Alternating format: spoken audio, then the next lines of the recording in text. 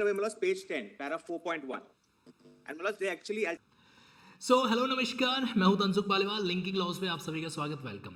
RJS mains के अंदर English ऐसे की मार्किंग को लेकर जो डिस्प्यूट था ना, वो सुप्रीम कोर्ट के अंदर चल रहा है, आप सब लोग जानते हो।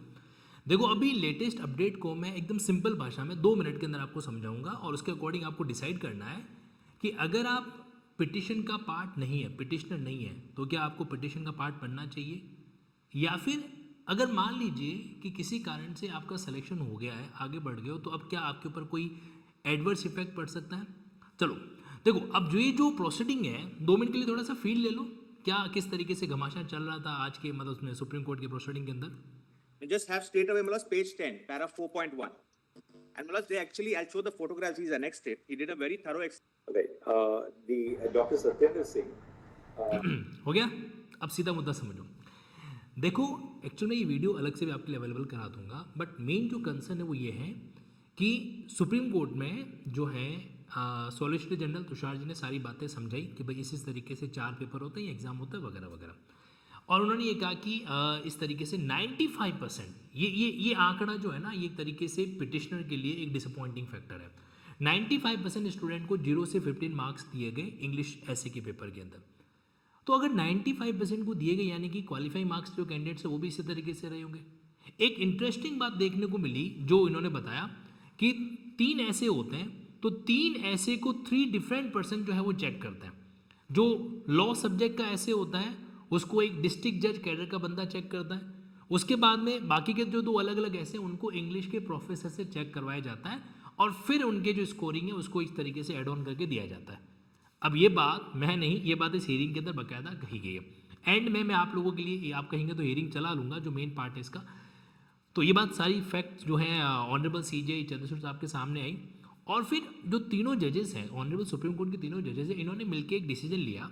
इन्होंने कहा कि ऐसा करता है कि जो लॉ पेपर 1 और लॉ पेपर 2 है ना, जिसमें खासकर जो इंग्लिश कैंडिडेट्स ने अटेंड जो कर रखा है, तो हम क्या करेंगे, उनका स्कोर देखेंगे, उनका स्कोर मिनिमम मार्क्स के बियॉन्ड है क्या, है ना, और फिर एक तरह से हम कंपेयर करेंगे कि इंग्लिश ऐसे में उनको कितना नंबर दिया गया। तो अगर लॉ पेपर 1 या पेपर 2 में अच्छे मार्क्स आ रखे हैं तो ऑब्वियसली बात है, कहेंगे इंग्लिश ऐसे में कुछ तो मार्क्स बनने चाहिए। अच्छा, ये जो क्राइटेरिया है ना, ये सभी के लिए, मतलब ऑल कैंडिडेट्स वो अपीयर्ड इन द एग्जामिनेशन, जो इसके अंदर अपीयर हुआ, चाहे वो पिटिशन का पार्ट है नहीं है ना, उन सभी का डेटा जो इस तरीके से टेबुलर फॉर्मेट में मंगवाया गया।